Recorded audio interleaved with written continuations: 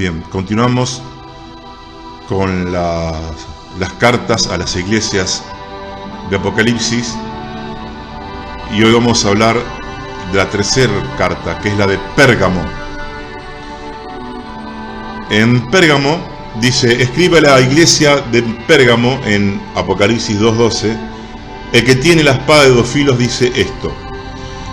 Pérgamo era una ciudad muy importante, era el centro del culto pagano, el paganismo era más intenso que en los otros lugares, y como Pérgamo había inventado un producto para escribir, que los rollos, de ahí salió pergamino, de Pérgamo, tenía una biblioteca de 200.000 rollos, solamente superada por la biblioteca de Alejandría. Entonces, de Pérgamo, como se inventó ese producto tipo cuero para escribir, de ahí salió pergamino. Jesús se presenta como el que tiene en su boca la espada de dos filos. Dice: sé de dónde vives, y allí está el trono de Satanás. Pero te aferras firmemente a mi nombre y no has negado tu fe, ni siquiera cuando mataron a Antipas, mi fiel testigo. Ahí donde vives, en esa tierra de Satanás. Bien, el trono de Satanás, hay dos versiones. Como dijimos que Pérgamo era un centro de culto idolátrico muy intenso, había mucha idolatría, más que en otros lugares. Tenía una colina, Pérgamo, y en la cima de la colina estaba en el trono, el templo a Zeus, que tenía forma de trono, y uno lo veía resplandecer desde abajo. Tal vez el Señor se refiere a eso. Zeus, que era el dios principal de los griegos. Pero también en Pergamino era muy fuerte, y había un esplendoroso templo del dios Esculapio, que según la mitología griega, Esculapio fue el inventor de la medicina, porque sanaba y resucitaba gente, el dios Esculapio. Y el símbolo del dios Esculapio, que se usa hoy actualmente en medicina, es una serpiente enroscada en una vara. La Organización Mundial de la Salud lo tiene, y por lo menos en mi región, en mi país, los hospitales, las ambulancias, los centros de salud, ya cuando uno ve una serpiente enroscada en una vara, se da cuenta que es una institución medicinal, que tiene que ver con la medicina. Bueno, era muy fuerte la idolatría allí. Pero le dice algo bueno el Señor a lo de Pérgamo: te aferraste a mi nombre. Pérgamo en ese momento era el centro romano, donde desde ahí el César, cuando iba, gobernaba toda Asia. Entonces el César, una vez al año, había que tirar una pizca de incienso al fuego y decir: César es Dios y Salvador, Señor y Salvador, títulos solamente que son de Jesús. Entonces los de Pérgamo se resistían a confesar que César era Señor y Salvador, sino que era Jesús. Siempre vemos en todos los mensajes de la iglesia de Apocalipsis la exhortación a perseverar, a no flaquear, a no perder el fuego. Siempre es resistir es una resistencia activa al cristianismo, porque el cristianismo es una cultura dentro de una cultura pagana. Y dice, y ahí está el mártir Antipas, el testigo Antipas. Resulta que la palabra testigo en griego es martus, y como los primeros cristianos testificaban de Cristo, los conocían como los que testificaban aún arriesgando su vida, y después los mataban. De ahí salió martirio. Pero martirio tiene que ver con la palabra testigo etimológicamente, pero semánticamente se refiere a aquellos que son torturados. Antipas se negó a quemar incienso en honor a César y a decir: César es el Señor y Salvador. Dice que tuvo una muerte horrible, que murió asado, quemado, dentro de un toro de bronce. Si era un toro de bronce, hueco, lo pusieron adentro de Antipas y le pusieron afuera fuego y se fue quemando. Una cosa horrible. Pero el martirio, el sacrificio de los hijos de Dios es semilla de nuevos discípulos. La sangre derramada es semilla de nuevos misioneros que van a testificar, porque Dios siempre tiene la victoria asegurada. Y nosotros decimos, bueno, pero hoy yo no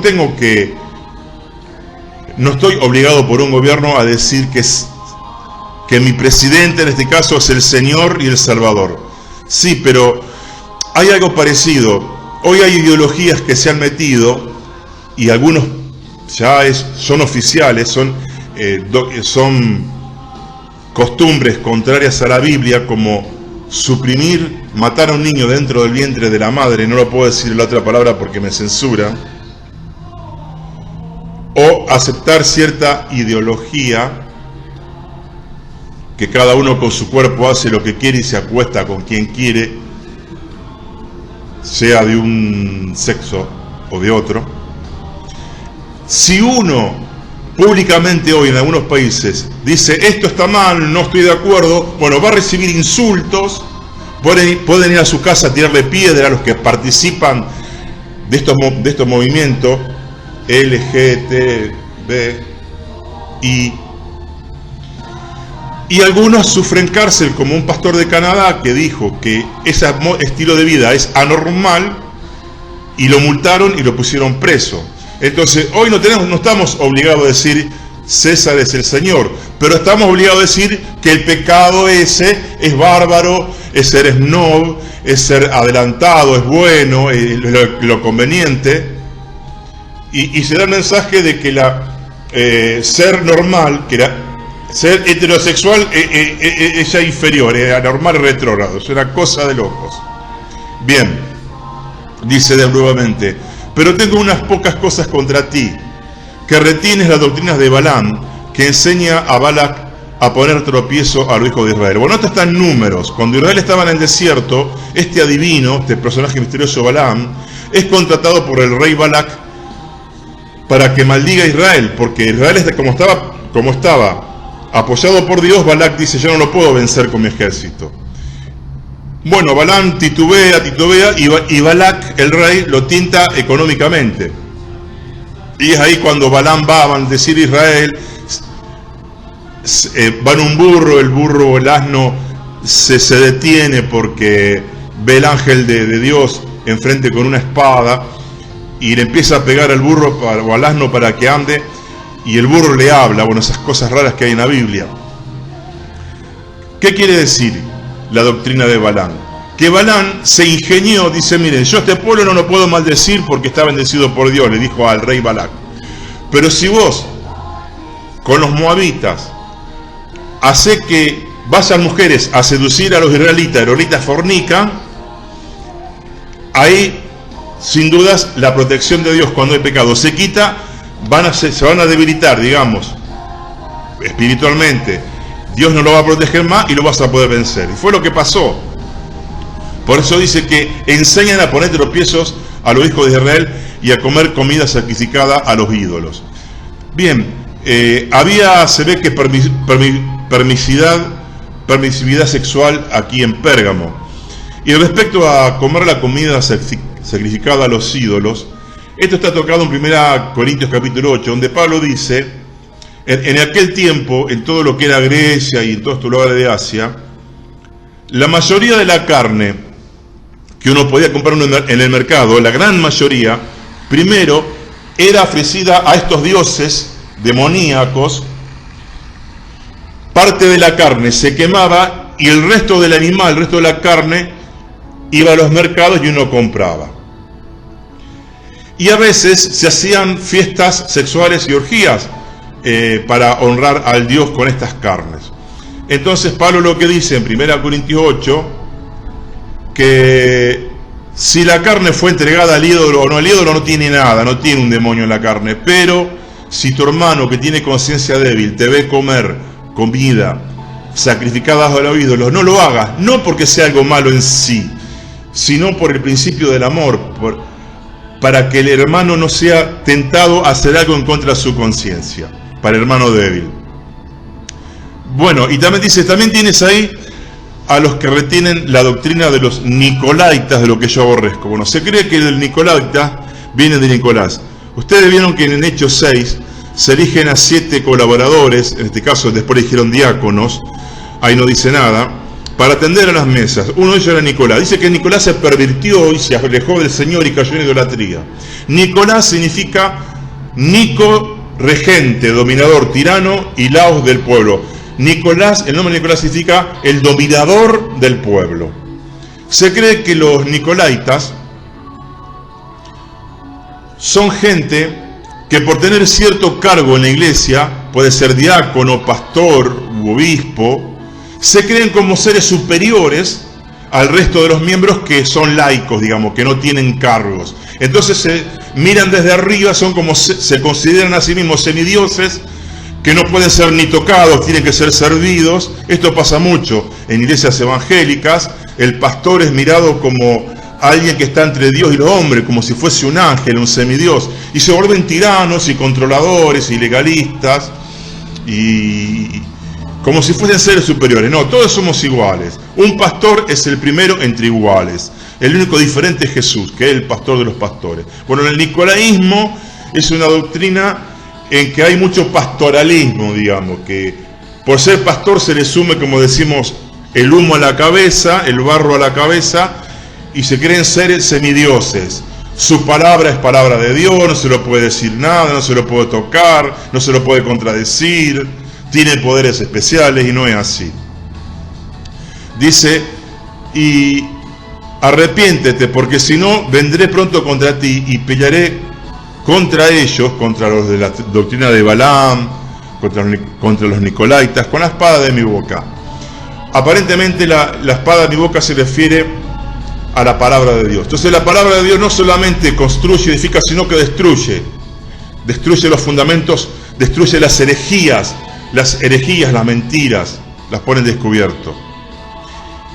Termina diciendo, bueno, el que tenga oído, oiga lo que el Espíritu dice a la iglesia, que esto se lo dice a las 7 iglesias. Al que venciere, le daré a comer el maná escondido, y le daré una nueva piedrecita blanca. Y en la piedrecita que yo le daré un nombre nuevo, el cual ninguno conoce sino el que lo recibe. Bueno, acá habla del maná. Dice Pablo que el verdadero alimento espiritual es Cristo. Vamos a comer de Cristo, vamos a tener una buena alimentación del maná. Pero interesante de la piedrecita blanca. Hay varias opiniones sobre la piedrecita blanca. En un tiempo en los tribunales, cuando había piedras blancas y negras, cuando se sacaba la piedra negra, era que el reo era culpable, y si era piedra blanca, era inocente. Pero aquí no se refiere a esto. Dice, le daré un nombre nuevo. Vieron que en la Biblia a veces los nombres se cambian.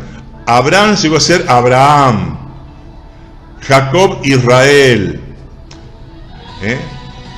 Saulo, Pablo. Simón, Pedro. Significa el cambio de carácter que vamos a tener cuando estemos en su presencia. Primero, el nombre nuevo, una piedrecita.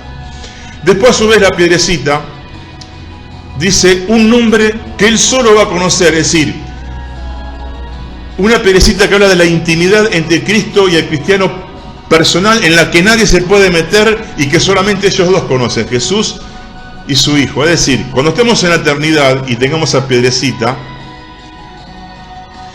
vamos a tener comunión general, como una gran familia numerosa, y Dios va a estar allí como el papá de cada uno, como el padre de cada uno, que era su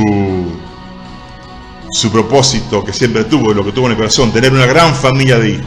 Pero a su vez el Señor va a tener, aparte de una relación general, una intimidad con cada hijo de Dios única, que los otros no van a saber cómo es, pero va a ser preciosa. Entonces, esa piedrita que va a tener un nombre nuevo, que significa cambio de carácter, pero un nombre secreto que solo lo conoce Jesús y él, y al que recibe la piedra, significa esa intimidad preciosa y secreta que vamos a tener con el Señor. Y por último, de la piedrecita, se dice que en esos tiempos, a veces cuando dos personas querían hacer una amistad a sangre fuerte, se tomaba una piedra y se la partía por la mitad. Y cada uno se llevaba y tenía una mitad. Y esto le confería, hablaba de que entre las dos mitades hacían uno, de la unidad. Cuando se unían los dos pedazos y se volvía a unir la piedra. Y hablaba de que los dos tenían una intimidad insuperable e inquebrantable. Bien, espero que este tema les haya interesado.